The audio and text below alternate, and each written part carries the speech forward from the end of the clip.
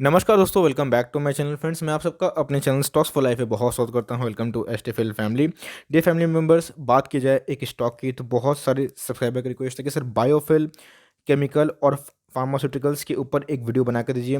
Friends, ये पूरा operator driven stock हो चुका है, ना ये फंडामेंटल को फॉलो कर रहा है ना टेक्निकल को फॉलो कर रहा है। फ्रेंड्स, मैं बहुत ही ज़्यादा कोशिश कर रहा था कि इसके ऊपर वीडियो बनाई जाए, लेकिन कुछ कुछ ऐसे लोग हैं जो अपने एसेट के एलोकेशन को समझते नहीं हैं और बहुत दोस्तों हायर लेवल पे ऐसे स्टॉक पे घुस जाते हैं। बात की जाए, उनके पास जो भी उनकी पूंजी होती है और फ्रेंड्स वो लगा देते हैं अपने जीवन भर की कमाई, लेकिन उसके बाद जब स्टॉक में रिवर्सल मारता है देखने को मिलता है, उसके बाद तो पंप एंड डंप कहानी देखने को मिलती है। ऐसे हमने बहुत सारे स्टॉक्स में देखा।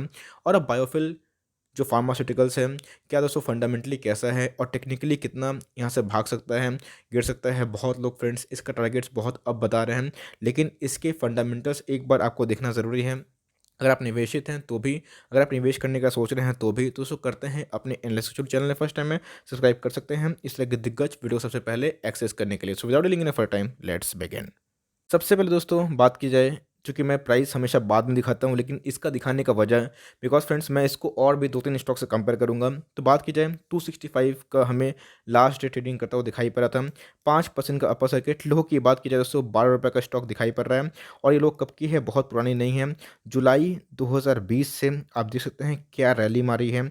और फ्रेंड्स, मैं आपसे वीडियो के एंड में पूछूँगा क्या ये इसका वैल्यूएशन जस्टिफ़ाई करता है, बिकॉज़ इतने कुछ समय में ही, बात की जाए 2 सालों में ही दोस्तों, इन्होंने अपने इन्वेस्टर्स के पैसे को 1984 टाइम्स बना दिए हैं। टाइम्स बोल रहा हूँ दोस्तों, माफ़ करिएगा, परसेंट बना दिए हैं। मतलब इसने बनाए हैं अपने इन्वेस्टर्स के 1 लाख को अप्रॉक्स 20 लाख। लेकिन दोस्तों इतना में काम नहीं चलेगा, बिकॉज़ आप सबको पता है कि कोई स्टॉक अगर ऐसे भागता है और बिना फंडामेंटल का, तो गिरता भी उतना ही तेज़ी से है। ऐसा मैं क्यों बोल रहा हूँ, तो चलिए उसको दिखाता हूँ। वैसे ही एक स्टॉक है फ्रेंड्स, बात की जाए 7NR लिमिटेड का, इनके फंडामेंटल्स बहुत ही कोलैप्स हैं और इसको ऑपरेटर ने बहुत पम्प किया। चूँकि दोस्तों प्रीवियस डे की बात की जाए तो हमें 4.99% का अपर सर्किट दिखाई पड़ रहा है, लेकिन दोस्तों अगर आपको ऑल टाइम चार्ट दिखाएं तो कुछ इस तरह का चार्ट दिखाई पड़ रहा है। कैसे फ्रेंड्स ये अपर सर्किट पर सर्किट मार रहा था, उसके बाद कैसे दोस्तों ऑपरेटर ने मारी बाजी और पलटी किया स्टॉक के प्राइसेस को, और उसके बाद दोस्तों हमें कंटिन्यूसली लो सर्किट को देखने को मिल रहा है। और ये स्टॉक फ्रेंड्स अपने अप से 95% से ज़्यादा डाउन हो चुका है। और इसीलिए फ्रेंड्स ऐसे स्टॉक जो अपर सर्किट लगाते हैं वो बहुत खतरनाक होते हैं। बात की जाए आलोक इंडस्ट्रीज़ की, बात की जाए रुचि सोयास की, बात की जाए 7NR की, बात की जाए दोस्तों विशाल फैब्रिक्स की, हमें सब में वही देखने को मिला। हाल ही में दोस्तों विशाल फैब्रिक्स में भी यही गेम हम लोग को देखने को मिला। बात की जाए इनके ऑपरेटर वाले कहानी की, तो भाई क्या ही कहने। ऑपरेटर ने एकदम पंप किया, स्टॉक को 400 का लेवल पे ले गया। उसके बाद दोस्तों इतना सर्किट मारा कि स्टॉक एकदम गिर गया। और आप देखते हैं कि 400 का स्टॉक इवन 20 डेज़ में नहीं हुआ दोस्तों, आज ₹100 में अवेलेबल है। इसीलिए कोई अगर दोस्तों स्टॉक ऐसे भागता है तो याद रखिएगा उसको भगाया जा रहा है, और उसके पीछे कौन है, तो ऑपरेटर है। उसके बाद से जब वो डंप करते हैं तो आपको निकलने का मौका नहीं मिलता। ऐसा मैं क्यों बोल रहा हूँ, तो फटाफट दोस्तों करते हैं अब इसका फंडामेंटल एनालिसिस। उसके बाद टेक्निकली इसमें क्या रैली अभी बाकी है और क्या इसका एग्जिट पॉइंट हो सकता है, वो भी डिस्कस करना बेटर समझूंगा। तो प्रीवियस डे की बात की जाए तो 265 का क्लोजिंग दिखाई पड़ रहा है दोस्तों। ये खुलते ही अपर सर्किट में फ्रीज हो जा रहा है और ये ₹6 का स्टॉक हुआ करता था 52 वीक लो की बात की जाए, और अभी 265 में देखने को मिल रहा है। बात की जाए मार्केट कैप की, तो भैया माइक्रो कैप कंपनी है, कोई स्मॉल कैप भी नहीं दोस्तों, माइक्रो कैप। एक बहुत बड़ा इन्वेस्टर तो छोड़िए दोस्तों, कोई भी एक अच्छा ट्रेडर जो मीन्स एक्टिव ट्रेडर है, उसको 10 टाइम्स अगर लेवरेज मिलता है, वही चाहे तो स्टॉक के प्राइस को मैनिपुलेट कर सकता है। ऐसा मैं क्यों बोल रहा हूँ, तो इंडस्ट्री पी से आप देख सकते हैं दोस्तों कितना महंगा है। इंडस्ट्री पी 38 का है। ये स्टॉक किस पे ट्रेड कर रहा है, प्राइस टू अर्निंग 285 की। डिलीवरी से हमें हाई देखने को इसलिए मिल रही है बिकॉज स्टॉक अपर सर्किट में फ्रीज हमें दिखता हुआ मिल रहा है। अब दोस्तों ये बहुत देखने वाली बात होती है कि शेयर होल्डिंग मैनेजमेंट में ऐसे कौन कौन से एफआईएस या डीआईएस से जो इंटरेस्टेड हैं। आप देख सकते हैं फ्रेंड्स कि प्रोमोटर के बाद सबसे ज़्यादा जो इंटरेस्ट ले रहे हैं ऐसे छोटे, मिड कैप नहीं बोलूँगा ना ही स्मॉल कैप को बोलूँगा, माइक्रो कैप वाली कंपनी पे रिटेल का पार्टिसिपेंट देख सकते हो तो 30% से ऊपर है, जो स्टॉक को सही में एक दिखाता है कि इसमें रिटेल का पैसा पंप हो रहा है। डीआईएस का स्टेक 23% है और एफआईएस का अभी भी कोई स्टेक नहीं है।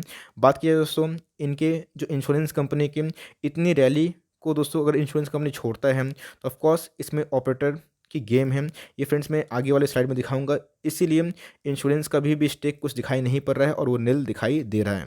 कंपनी के सेल्स की बात की जाए 23 करोड़ का दोस्तों कंपनी ने सेल्स किया था 2019 में। 2020 में वो सेल्स बढ़ के 29 करोड़ तो हो गया, लेकिन दोस्तों कंपनी के प्रॉफिट की बात की जाए तो कंपनी के प्रॉफिट 0 से 1 करोड़ हो चुके हैं, जो कि आपको दिखाई पड़ेगा कि कंपनी के प्रॉफिट बहुत बढ़े हैं। लेकिन दोस्तों अगर मैं आपसे पूछना चाहूँ तो जिस वैल्यूशन पे ट्रेड कर रहे हैं 285 के पी पे, क्या दोस्तों ये वैल्यूशन इसको जस्टिफाई करता है? बिल्कुल भी नहीं। बिकॉज कंपनी के प्रॉफिट की बात की जाए तो कोई 100-200 करोड़ 10 करोड़ 50 करोड़ का प्रॉफिट नहीं है, 0 से बस 1 करोड़ हुआ है। और उसी में फ्रेंड्स ऑपरेटर को एक बहाना मिल गया जो स्टॉक को खींचे जा रहा है। अब ये देखना बहुत ही इंपॉर्टेंट है कि कंपनी के पास कितना सफिशिएंट रिजर्व और सरप्लस है। एटलीस्ट दोस्तों कंपनी के पास 10% से ज़्यादा रिजर्व और सरप्लस एटलीस्ट रहना चाहिए। कंपनी फंडामेंटली स्ट्रांग है। फ्रेंड्स, रिजर्व और सरप्लस नेगेटिव में रहना ये बिल्कुल भी अच्छी बात नहीं होती है। और आप देख सकते हैं कंपनी के रिजर्व और सरप्लस हमें नेगेटिव में दिखाई दे रहे हैं। बात की जाए 2019 से 2020 में -2 करोड़ दोस्तों कंपनी का जो रिजर्व और सरप्लस -1 करोड़ तो हुआ है, लेकिन अभी भी रिजर्व और सरप्लस एक नेगेटिव में है। इसका मतलब फ्रेंड्स ये बहुत ही एक ख़राब साइन है बैलेंस शीट में, जहाँ पर कंपनी के रिजर्व और सरप्लस माइनस में दिखाई पड़ते हैं। तो कंपनी अपने इक्विटी के अगेंस्ट में क्या रिटर्न जनरेट करती है, आपको दोस्तों आरओआई पे नहीं देखना है। बिकॉज मैंने पहले ही बोला था कि रिटर्न ऑन इन्वेस्टमेंट ये ऑपरेटर ड्रिवन स्टॉक अगर होते हैं तो आपको इन्वेस्टमेंट के ऊपर रिटर्न तो मिल जाता है, लेकिन असल में कंपनी कितनी कमाई करती है ये देखने वाली बात होती है। यस, 2019 से 2020 में कंपनी के आरओई जो रिटर्न ऑन इक्विटी होते हैं वो बढ़ते हुए दिखाई पड़ रहे हैं। लेकिन दोस्तों वैल्यूएशन बहुत मैटर कर रहा है। बात की जाए स्मॉल कैप की, मिड कैप की और माइक्रो कैप की, तो उसके जो आरओई होते हैं एटलीस्ट 20 से ऊपर बेटर होते हैं। लेकिन दोस्तों जो वैल्यूएशन पे ट्रेड कर रहे हैं वो बिल्कुल भी जस्टिफाई नहीं करता। अगर आप इसका आरओई से इसको कंपेयर करें जो अभी भी बहुत हायर दिखाई पड़ रहा है इनके आरओई के अगेंस्ट में, बात की जाए आरओसी की तो वो भी दोस्तों हमें ज़्यादा दिखाई नहीं पड़ रहा है, प्रॉमिसिंग नहीं दिखाई दे रहा है, 10 के लगभग है। करंट रेशियो दोस्तों 1.17 है। और एक चीज़, डेप्ट फ्री वाली कंपनी नहीं है। यस, पहले से डेप्ट हमें कम होते हुए देखने को मिल रहे हैं, लेकिन फ्रेंड्स अभी भी डेप्ट हमें देखने को मिल रहे हैं।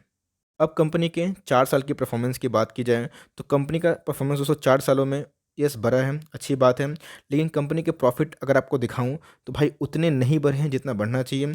2017 में दोस्तों कंपनी का प्रॉफिट 1.80 रुपीज़ इन मिलियंस दोस्तों। उसके बाद 2 साल हमें कम होते हुए देखने को मिल रहे हैं। 2020 में यस रिकवरी हुई है, लेकिन दोस्तों 2017 को ये पार नहीं कर पाया और ये अपने ऑल टाइम हाई को हिट करके रोज़ अपर सर्किट मार रहा है। तो ऐसे दोस्तों स्टॉक बहुत ही ओवर वैल्यूड होते हैं और अपने इंट्रिंसिक वैल्यू से बहुत हाई वैल्यूएशन पे ट्रेड करते हैं। और इसीलिए दोस्तों जब ये स्टॉक में पंप एंड डंप हो जाता है, जब डंप कर दिया जाता है रिटेलर को, तो ये स्टॉक बहुत तेज़ी से गिरता है। ऐसा मैं क्यों बोल रहा हूँ? तो फ्रेंड्स अब इसका टेक्निकल चार्ट आपसे एनालिसिस करना भी ज़रूरी है। अगर फ्रेंड्स मैं आपसे 1 वीक का चार्ट शेयर करूँ, 1 वीक की कैंडल है, एक जो कैंडल है ये 1 वीक को दिखाती है। तो भाई ये 1 वीक के कैंडल में इतना ज़्यादा दोस्तों हाईली ओवरबॉट हो चुका है कि कुछ कहने का नहीं है। और रोज़ दोस्तों हर एक वीक में ये अपने जो वैल्यू है उसको हमेशा पार कर रहा है। बात की जाए मनी फ्लो इंडेक्स की तो भैया 99.36% ये फ्रेंड्स आपको सीधा इंडिकेट करता है कि स्टॉक बहुत ही ओवर प्राइस नहीं, बहुत ही बबल टेरिटरी में देखने को मिल रहा है। और इतनी जो वॉल्यूम्स है दोस्तों ये बहुत कुछ बयां करता है। बिकॉज आरएसआई अगर 96% पे जा चुका है और ये बहुत ही खराब संकेत होता है। अगर कंपनी की वैल्यूएशन इतने हाई होती है तो कंपनी का बबल कभी भी बर्स्ट हो सकता है। और वन डे कहानी में दोस्तों हमें और भी एक अजीबोगरीब चित्र देखने को मिल रहा है। बिकॉज वन डे में दोस्तों हमेशा एक सर्किट मारते हुए देखने को मिल रहा है। हर दिन दोस्तों एक नया सर्किट, हर दिन एक नया सर्किट।